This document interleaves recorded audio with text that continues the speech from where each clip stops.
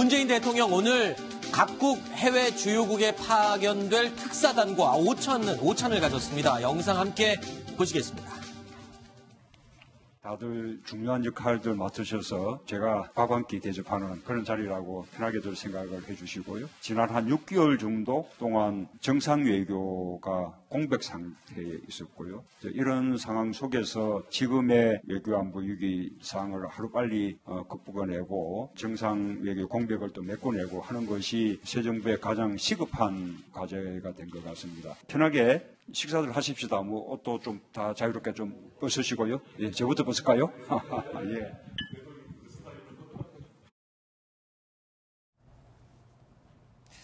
네, 편하게 식사를 하기는 했지만 이 사실 북한의 도발 상황을 비롯해서 이 트럼프 그리고 시진핑 뭐 이런 정상들 우리가 해결해야 될 외교적인 과제들이 아주 많이 쌓여 있습니다. 주요국 특사단의 임무가 어느 때보다 막중한 때인 것 같습니다. 자, 5명의 특사 명단 이렇게 오찬을 함께한 명단이 지금 저희가 그림으로 준비해봤습니다. 자, 홍석현 한반도 포럼 이사장이 미국 특사, 이해찬, 문희상, 송영길, 조윤재 이 모두 5명의 특사단. 자, 막중한 임무를 띄고 있는데 근데 궁금한 게 있습니다. 이 특사단 말고요. 지금 외교 안보 라인이 굉장히 비어있지 않습니까? 국정원장 지금 1명만 임명이 된 상태고요. 그래서 그 외교 안보 라인이 이렇게 아직 인선이 안 되는 이유가 있습니까? 예, 뭐 국정원장을 뭐 외교 안보 라인이다 이렇게 꼭 얘기할 수 있을지는 모르겠지만 어쨌든 뭐 거기에 영향을 주니까 거기에 포함을 한다면은 사실은 외교 안보 라인은 지금 하나도 지금 구성이 안 돼 있는 상태예요. 청와대에서는 네. 청와대 이제 안보실장 있습니까? 국가안보실장이 있는데 아직 현재 인선이 안 된 상태고 그 밑에 있는 안보실 1, 2차장 차관급도 안 돼 있는 상태고 네. 그다음에 물론 이제 그 다음에 청와대 다음에는 정부 조각을 하지 않습니까? 그 중에서도 지금 가장 시급한 것이 외교 안보 라인이거든요. 그 장관을 네. 따진다면 외교부 장관, 국방부 장관, 통일부 장관 이 세 장관이라고 볼 수가 있는데 이 5자리 전체적으로 안보실 1, 2차장까지 6자리인데 6자리 전체가 지금 인선이 안 돼 있다. 네. 이렇게 볼 수 있습니다. 지금 여기서 가장 시급한 자리가 이 3자리가 되겠죠. 지금 예, 먼저 가장 먼저는 이제 청와대 안보실장, 네. 그리고 외교부 장관, 네. 그다음 안보실 1차장이 가장 중요하다고 봐야죠. 지금. 네. 자, 그런데 자 외교 안보 라인 지금 뭐 동맹파냐 자주파냐 뭐 이 두 가지 어떤 인물들이 앉게 될지 이 부분도 지금 고민이 많을 거다라는 분석이 있던데요. 예, 사실 지금 현재 외교 안보라고 하는 걸 그걸 가장 잘 아는 사람은 결국은 외교 안보를 오랫동안 다뤄왔던 사람들 아니겠습니까? 그러면 외교부 출신이고 그다음에 국방부 출신이고 군 출신이고 그럴 수밖에 없잖아요. 이런 사람들이 이제 전문가 그룹이라고 해서 중국에서 과거에 전문가 그룹하고 어떻게 보면은 이념적인 성향의 그룹, 이걸 이제 홍전 싸움이라고 그랬거든요. 마오쩌둥의 50년대 후반에 네. 그리고 문화 대혁명을 할 때인 60년대 중반, 70년대까지 계속 싸웠던 게 홍전 싸움인데 지금 현재 문재인 정부의 외교 안보 라인에서도 이 실무형 사람, 즉 아주 전문가형인 사람과 그 다음에 문재인 대통령하고 어떤 코드를 맞출 수 있는 네. 그런 이념적인 성향을 가진 사람 사이에 서로 좀 약간의 그런 서로 갈등이 있는 거 아니냐. 그래서 어떤 사람을 선임할 것인가. 이 문제를 가지고 청와대에서 지금 현재 고민하고 있는 거 아닌가. 네. 그렇기 때문에 인선이 늦어지는 거 아닌가. 이런 추측이 나오고 있습니다. 네. 자, 이런 가운데 오늘 국회에서는 국방위가 열렸습니다. 여기는 한민구 국방장관이 직접 참석을 했는데요. 북한의 도발 상황에 대해서 이런 말을 했습니다. 들어보시겠습니다. 북한은 다중의 핵무기, 핵 확보하는 것이 체제 생존의 국경이라고 보고 국가적인 역량을 총 집중해서 핵무기와 미사일 개발에 투입하고 있는 것으로 보이고 우리가 예상하는 것보다 부분적으로 기술적 진전을 보이고 있다고 이렇게 보고 있습니다.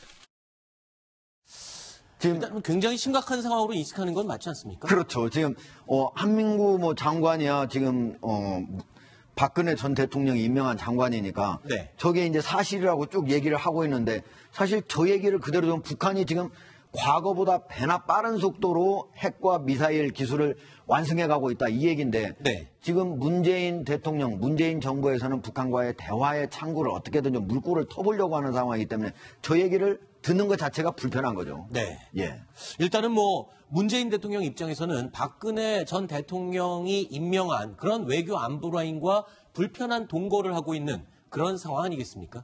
그렇습니다. 그 북한에서 미사일 실험을 계속 할 때마다 특히 네. 가장 최근에 있었던 엊그제 그 미사일 실험 직후에도 국방부에서는 뭐라고 했습니까?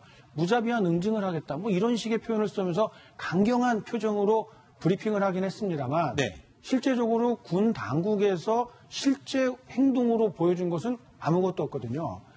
이 새 정부가 들어서고 정부 기조와 다른 기조의 이야기를 하는 것을 북한에서 이미 다 예측을 하고 있기 때문에 아주 손쉽게 무력 도발을 하고 있는 겁니다. 그런데 국방부에서는 말로는 현장 지휘관의 판단을 하겠다, 무자비한 응징을 하겠다, 말만 하고 있지 실제로 행동할 수 있는 것은 아무것도 없다라고 봐도 무방하거든요. 네. 우리가 이렇게 잘 알 정도인데 북한은 얼마나 더 속속들이 꿰고 있겠습니까? 네. 이런 남한 내부의 속사정을 북한이 굉장히 잘 이용하고 있다는 측면을 우리가 간과해서는 안 되는데요. 어떤 상황이든 군 당국에서는 자기들이 할 수 있는 일을 분명하게 할 수 있다는 것을 북한 당국에 보여줘야 할 겁니다. 네.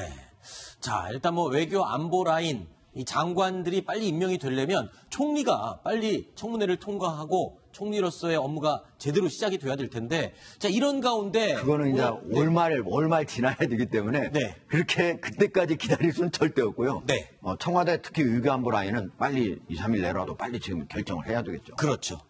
자, 이런 가운데 이낙연 총리 후보자 오늘 출근길에요 기자들에게 개헌에 대해서 이야기를 꺼냈습니다. 청문회 준비가 한창 지금 바쁠 텐데 개헌 어떤 부분에서 이런 얘기를 꺼냈는지 직접 들어보시겠습니다.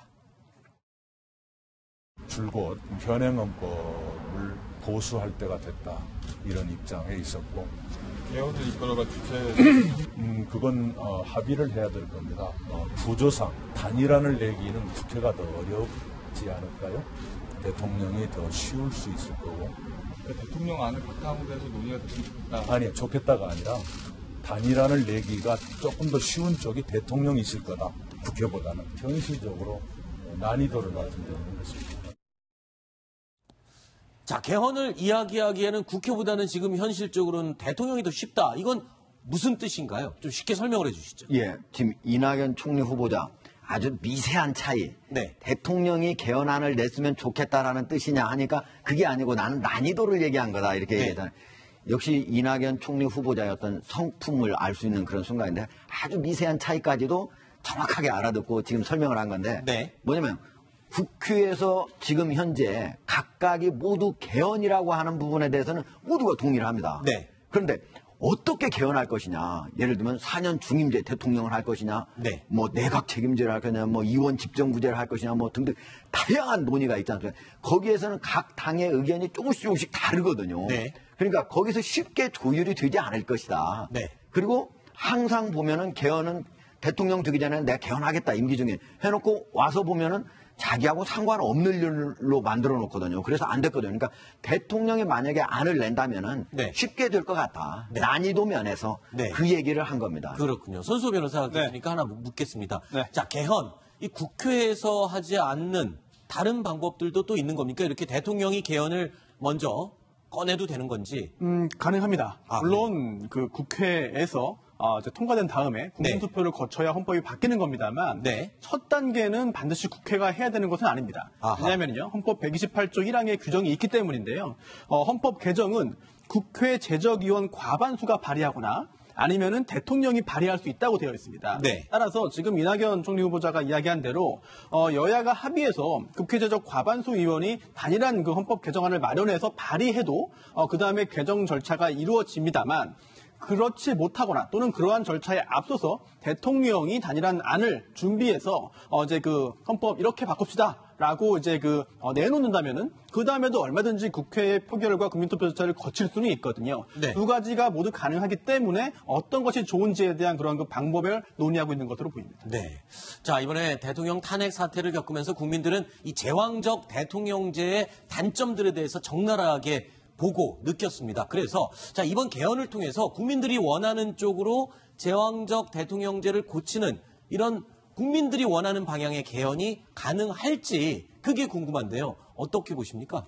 지금 이제 정권 초기이기 때문에 네. 당장 지금부터 뭐 개헌 얘기가 먼저 이렇게 나오기는 쉽지 않지만은 어쨌든 어느 정도 좀 시간이 흘러가면은 한 중반 정도, 정권의 중반기 정도 되면은 개헌 얘기가 나올 수밖에 없고 또 모든 후보들이 개헌에 대해서 약속을 했기 때문에 그거는 아마 이번 문재인 정권 아래서는 개헌은 결국은 이루어질 수밖에 없다. 그리고 네. 그거의 가장 핵심은 결국은 제왕적 대통령제 실패라고 하는 게 1987년 직선제 개헌 이후에 네. 약 30여 년간의 어떤 그 경험이거든요. 네. 다만 문재인 대통령은 좀 약간 의견은 좀 달랐습니다. 그러나 네. 어쨌든 전체적으로 공감대가 이루어진 부분이니까 그분이 가장 핵심적으로 논의될 것은 분명합니다. 네.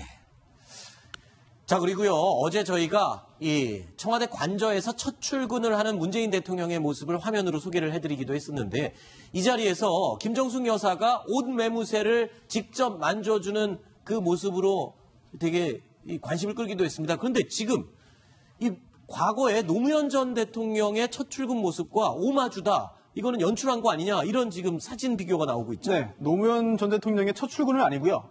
예, 이제 재임 중이죠. 2007년 10월에 남북 정상회담을 하기 위해서 출발하는 그날 아침입니다. 네. 근데 지금 화면 보시는 것대로 놀랍게도 옷 색깔, 지금 영부인의 그 의상 색깔도 뭐 원피스, 투피스의 차이는 있지만 동일하고요.